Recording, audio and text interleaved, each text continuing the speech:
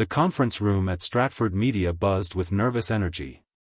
23 people sat around the polished table, all eyes on me as I clicked to my next slide. My hands trembled slightly as I explained my digital marketing strategy. This was my chance to prove myself after 2 years of being overlooked. The social media integration could increase client engagement by 40%, I said, my voice gaining confidence. Our competitors haven't caught onto this trend yet, so we'd have first-mover advantage. Warren Blackstone, my boss, leaned back in his leather chair. His gray suit was perfectly pressed, his expression cold. He'd built Stratford Media from nothing 15 years ago, and everyone feared him. Including me. "Stop right there, praise," he interrupted, raising his hand. The room fell silent. Warren's lips curved into a cruel smile. "You'll never make it in this industry. You're not cut out for success. This fantasy of yours proves it." Laughter rippled through the room. My colleagues, people I'd worked alongside for years, joined in. My face burned with humiliation as Warren continued. "Pack up your little presentation. Real business requires vision, not gimmicks." I gathered my papers with shaking hands, avoiding eye contact. Walking out, I clenched my fists, silently vowing never to forget this moment. I sat in my Honda Civic in the parking garage, hands gripping the steering wheel until my knuckles turned white. The humiliation crashed over me in waves. My throat felt tight, making it hard to breathe. 2 years of working 60-hour weeks, missing family dinners, sacrificing my social life for this company. For what? To be laughed at like some amateur? I pulled out my phone to call my girlfriend Lucy, then stopped. What would I tell her? That I was a failure? That Warren was right about me? My savings account had maybe $3,000. My apartment lease was up in 2 months. Maybe I should just quit the industry entirely, find something stable and boring. Then I remembered my dad's funeral last year. His final words to me in the hospital: "Don't let anyone decide your worth, praise. You're stronger than you know." Dad had started his own construction business after being fired at 45. He'd built something real, something that lasted. I wiped my tears with my sleeve, feeling something shift inside me. The humiliation was still there, but underneath it, a different feeling was growing. A dangerous, burning determination. Warren had made a mistake today. He'd shown me exactly who he was. The Moonlight Diner on 5th Street was nearly empty at 9 p.m. I sat in a corner booth, nursing black coffee and trying to process what had happened. The fluorescent lights buzzed overhead, casting harsh shadows on the worn vinyl seats. 2 men in expensive suits occupied the booth behind me. Their conversation drifted over in hushed tones. "Stratford's bleeding money," the first man said. "Warren's been hiding it well, but the quarterly reports don't lie. They're carrying massive debt." "How massive?" asked his companion. "7 figures, easy. Maybe 8. The big clients are jumping ship. Word is, Warren's got maybe 6 months before bankruptcy." I froze, coffee cup halfway to my lips. Warren Blackstone, the untouchable king of Stratford Media, was drowning in debt. The man who just humiliated me was vulnerable after all. I grabbed a napkin and started scribbling notes. Client departures. Hidden debt. 6 months timeline. For the first time since this morning, I felt something besides despair. A dangerous idea was forming in my mind. Warren thought I'd never make it in this industry. Maybe it was time to prove him wrong. 3 days later, I emptied my savings account. All $3,247 of it. The bank teller looked concerned as she processed the withdrawal. "You sure about this large cash withdrawal, Mr. Walsh?" I nodded, stuffing the bills into an envelope. It was everything I had, but sometimes you have to risk everything to get everything. I'd spent those 3 days researching Small businesses Warren had dismissed as too insignificant for Stratford's attention. Mom and pop shops needing social media help. Local restaurants wanting online presence. The clients Warren's arrogance had turned away. My first target was Bella's Bakery. The owner, Mrs. Gagnon, had approached Stratford 6 months ago. Warren had laughed her out of the building, calling her small-time nonsense. I knocked on Bella's door at closing time.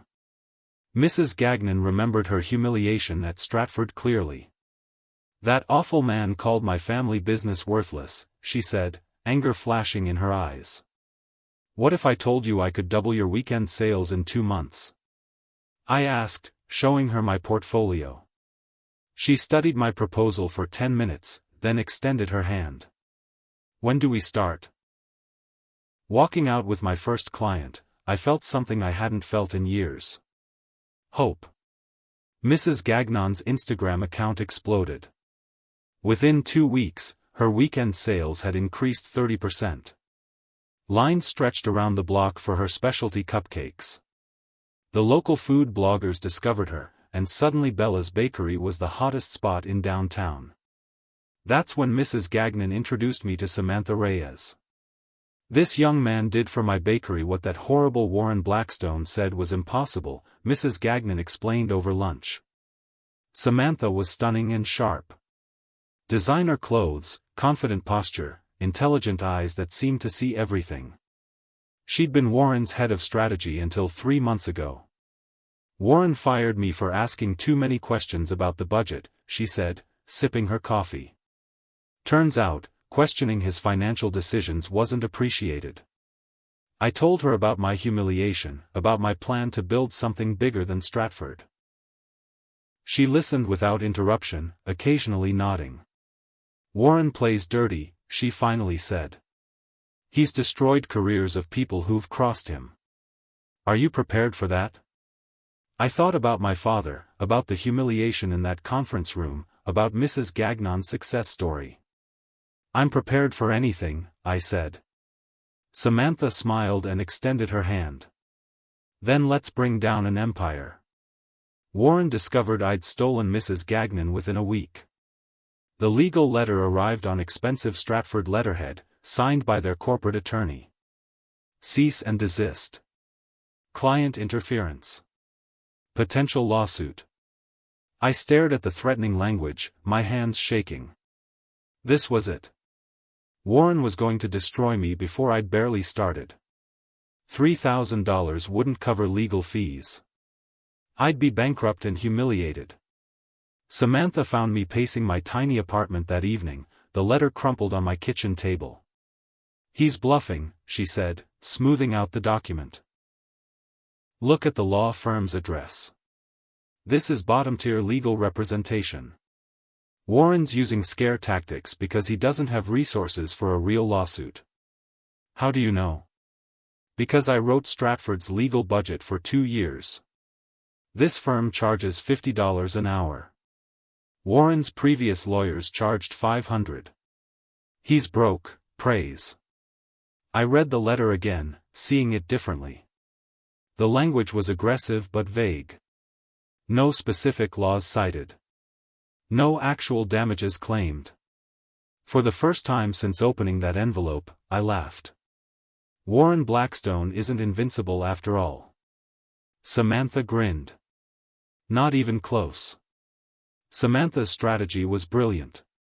Instead of hiding from Warren's threats, we went aggressive. She'd kept detailed files from her time at Stratford, including client contact information and campaign strategies. We launched a social media campaign for Tony's Electronics, a mid-level client Warren had been neglecting. The concept was simple but effective. Local heroes, featuring customers who'd built their businesses using Tony's equipment. The campaign went viral overnight. Tony's story about starting his repair shop with a $100 loan resonated with thousands of people. Shares, comments, and sales exploded. Within 48 hours, Tony's revenue had increased 200%. I woke up Tuesday morning to 73 emails. Interview requests from marketing blogs. Collaboration proposals from small businesses. Congratulations from industry contacts I'd never met. But the email that made my heart race was from Wilson Manufacturing. They were Stratford's second largest client, worth $500,000 annually. "We saw your work with Tony's Electronics," the email read. "We'd like to discuss moving our account to your agency." I called Samantha immediately. "Warren's going to lose his mind," she said, but I could hear the excitement in her voice. This was our breakthrough moment. Wilson Manufacturing CEO, William Wilson, was everything Warren pretended to be. Successful, confident, but genuinely respectful. We met at his downtown office, 40 floors above the city. "Warren Blackstone is an arrogant fool," Wilson said bluntly. "He treated my team like servants, charged premium rates for mediocre work. When I asked for innovation, he gave me the same tired strategies he'd been using for 5 years. He slid a contract across his desk." The numbers made my eyes widen. Wilson wasn't just leaving Stratford, he was doubling his marketing budget for whoever could deliver results. "Your Tony's Electronics campaign showed creativity and heart," Wilson continued. "That's what I want for my company." I signed the contract with steady hands, remembering Warren's cruel laughter from that conference room. Within hours, news of Wilson's departure spread through the industry. My phone buzzed with a text from an unknown number: "You little bastard. This isn't over. W. B." Warren had heard the news. And he was furious. But for the first time in my career, I wasn't afraid of Warren Blackstone's anger. I was looking forward to it. Warren's counterattack was swift and vicious. Within a week, negative articles about my agency appeared on 3 major marketing blogs. Anonymous sources questioned my experience, called my methods amateur hour, suggested I was stealing clients through unethical practices. The articles were professionally written but clearly coordinated. Same talking points, similar phrasing, posted within hours of each other. This wasn't organic criticism, it was a deliberate smear campaign. My phone stopped ringing. Potential clients who'd seemed interested suddenly went silent. Mrs. Gagnon called, worried about disturbing rumors her friends had heard. Samantha found the smoking gun on Thursday evening. She'd tracked down one of the bloggers through mutual contacts. Warren paid them, she reported. $5,000 each for negative coverage. Plus promises of exclusive access to Stratford's bigger campaigns. I stared out my apartment window at the city lights below. 24 hours ago, I'd felt invincible. Now my reputation was being destroyed by lies and Warren's dirty money. But instead of despair, I felt something sharper. Focused rage. If Warren wants to play dirty, I told Samantha, let's show him what dirty really looks like. Samantha's contacts in the industry ran deep. 3 years as Warren's head of strategy had given her access to information he'd probably forgotten she possessed. Financial irregularities, client complaints, questionable billing practices. The journalist, Kevin McDonald from Marketing Weekly, met us at a downtown coffee shop. He'd been investigating Warren for months but needed insider confirmation. Stratford's been padding invoices for 2 years, Samantha explained, sliding documents across the table. Charging clients for services never delivered, inflating hours, adding mystery fees. McDonald's eyes lit up as he reviewed the evidence. Bank statements, client correspondence, internal memos. A paper trail of systematic fraud. This is Pulitzer-level stuff, he murmured. How do I verify these documents? Call Wilson Manufacturing, I suggested. Ask about their final Stratford invoice. The numbers won't match their contracted services. The article published Friday morning with a devastating headline, Industry Giant's House of Cards, Inside Stratford Media's Billing Scandal. My phone rang at 7 a.m. It was Wilson, laughing. I just forwarded this article to 12 other CEOs, he said. Warren's finished. The betrayal hit me like a punch to the stomach. Simon Taylor, my closest friend since college, my best man at my wedding 3 years ago, had been feeding Warren information about my strategies, my clients, my plans. Samantha discovered the truth accidentally, overhearing Simon on a phone call outside my office building. Praise's meeting with Riverside Restaurants tomorrow at 2, Simon had whispered into his phone. Yes, they're interested in switching from Stratford. What? The usual rate is fine. When I confronted Simon that evening, he didn't even try to deny it. Warren offered me $50,000 for information, he said, avoiding my eyes. My kid needs surgery, Praise. I couldn't pass that up. So you sold out our friendship for money? It's business, he mumbled. Nothing personal. I looked at this man I'd trusted with everything, feeling hollow inside. But Samantha's words from last week echoed in my mind. If Warren is this desperate, he's crumbling. Get out, I told Simon calmly. Don't contact me again. As he slunk away, I realized something important. Warren's willingness to pay $50,000 for inside information meant he was terrified. Good. He should be. The mysterious phone call came on a Tuesday morning. A woman's voice, professional but warm.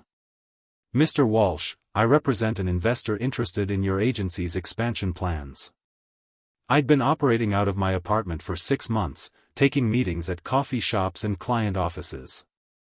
Growth had been steady but limited by my shoestring budget. What kind of investment are we discussing? I asked carefully. Initial funding of $2 million. Additional resources as needed. My client prefers to remain anonymous but has been impressed by your work. $2 million. It was more money than I'd dreamed of having. Enough to rent proper office space, hire employees, compete directly with Stratford on major accounts. What does your client want in return? Minority ownership stake. 20%. No involvement in daily operations. Think of us as silent partners who believe in your vision. The contract arrived by courier that afternoon. Everything exactly as promised. The lawyer I hired to review it found nothing suspicious. Whoever this is, they really believe in you, he said. I signed the papers, wondering who my mysterious benefactor could be. Within a week, I had offices on the 15th floor of downtown's premier business building. Warren's empire was crumbling, but he still had fight left in him. The news hit me like a sledgehammer. Wilson Manufacturing was returning to Stratford Media. I'm sorry, Praise, Wilson said over the phone, his voice strained. Warren provided some information that concerned our board of directors. What kind of information? Wilson hesitated. Details about your previous employment termination. Some financial irregularities in your personal accounts.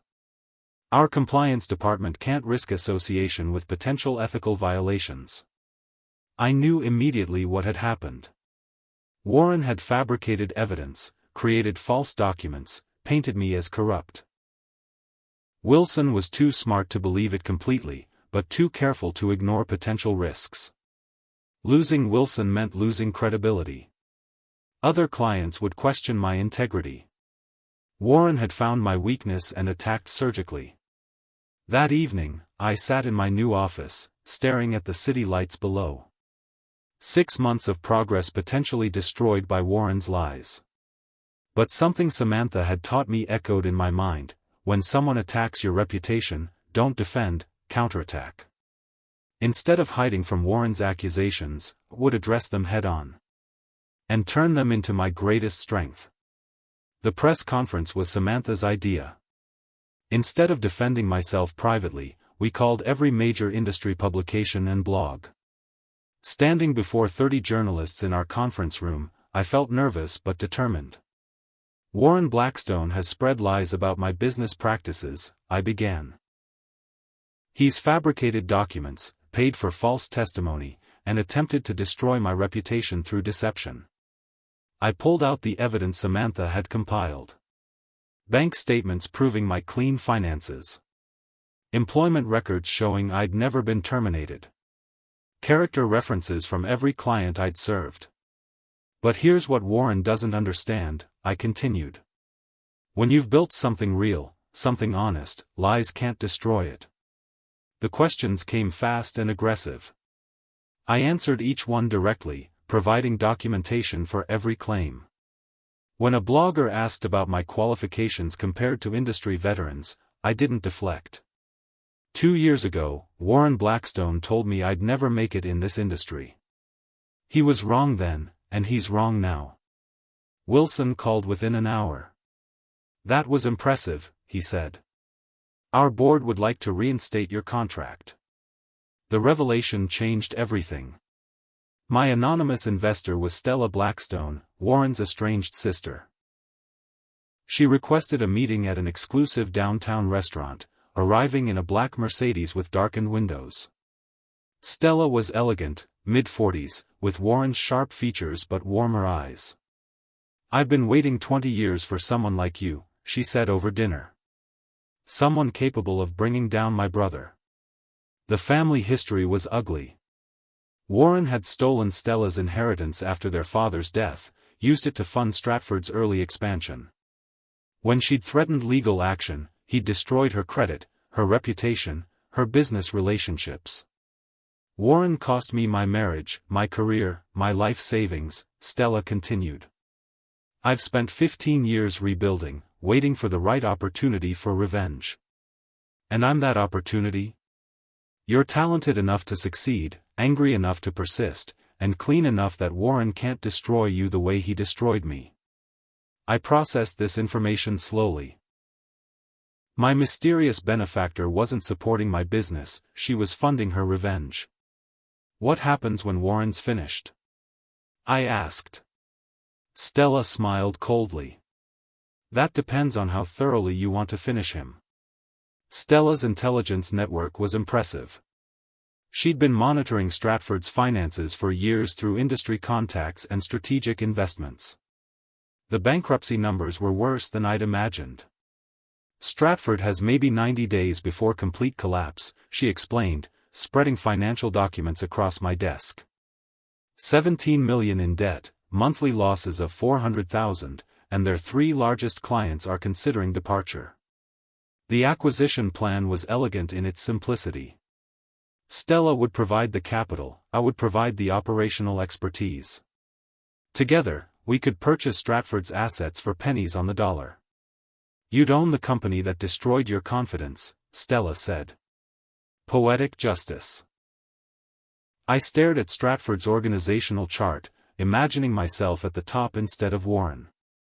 The humiliated employee becoming the owner. The man who would nev. Don't come often. That night, I lay awake wondering if I was pursuing justice or obsession. The FBI raid on my offices was Warren's most desperate move yet. 20 agents with search warrants, claiming I'd stolen proprietary information from Stratford Media. I watched from my conference room as agents boxed up computers, files, and documents. Employees huddled nervously, whispering about corporate espionage and federal crimes. Agent Collins, the lead investigator, was professional but thorough. Mr. Walsh, we have allegations that you've accessed Stratford Media's confidential databases and used stolen information to compete unfairly. The handcuffs felt cold around my wrists. Camera flashes from reporters outside created a strobe effect through the windows. Warren had orchestrated this perfectly, maximum humiliation, maximum damage to my reputation. This is fabricated, I told Agent Collins. Warren Blackstone is desperate and lying. That's for the courts to decide, he replied. As they led me through the lobby, I caught sight of Warren across the street. He was smiling, probably thinking he'd finally destroyed me completely. He had no idea what was coming next. Stella's legal team moved faster than Warren expected. Within 6 hours, they'd produced overwhelming evidence that Warren had forged the corporate theft documents. The smoking gun was digital forensics. The supposedly stolen files had timestamps showing they were created after I'd left Stratford, but the metadata proved they'd been backdated using software Warren had purchased specifically for this frame-up. Agent Collins looked embarrassed as he removed the handcuffs. "Mr. Blackstone will be facing charges for filing false reports and document forgery," he said. "We apologize for the confusion." The press release Stella's team distributed was devastating. Warren Blackstone exposed, FBI investigation reveals systematic fraud and evidence tampering. Every major industry publication ran the story. Warren's photograph appeared beside words like criminal conspiracy and fraudulent accusations. My phone buzzed with calls from former Stratford clients. They weren't just apologizing, they were switching to my agency. Within 24 hours, Warren had transformed from industry titan to industry pariah. The man who'd tried to destroy me had destroyed himself instead. Warren's board of directors called an emergency meeting. I watched from across the street as executives in expensive suits filed into Stratford's headquarters, their faces grim. Samantha had a contact inside who provided real-time updates via text messages. Board meeting started. Warren screaming about betrayal. Unanimous vote to remove Warren as CEO. Warren throwing papers, claiming everyone's against him. Security escorting Warren from building. The final text made me smile, "It's over. Warren's finished." Through Stratford's lobby windows, I watched Warren storm toward the exit. His usually perfect hair was disheveled, his expensive suit wrinkled from the confrontation. For a moment, our eyes met through the glass. The man who'd humiliated me, who'd called me worthless, who'd tried to destroy my life, looked broken and desperate. He mouthed something I couldn't hear, probably threats or curses. But I felt nothing except cold satisfaction. Warren Blackstone had played dirty and lost everything. Justice felt better than I'd imagined. The bankruptcy auction was held in Stratford's former conference room. The same room where Warren had humiliated me 18 months ago. Stella and I sat at the bidders' table, surrounded by company assets being sold for fractions of their worth. Stratford Media intellectual property, client database, and goodwill, the auctioneer announced. Opening bid $500,000. 3 other bidders competed briefly, but Stella's resources were overwhelming. Final purchase price, $1.2 million for a company that had been worth $20 million at its peak.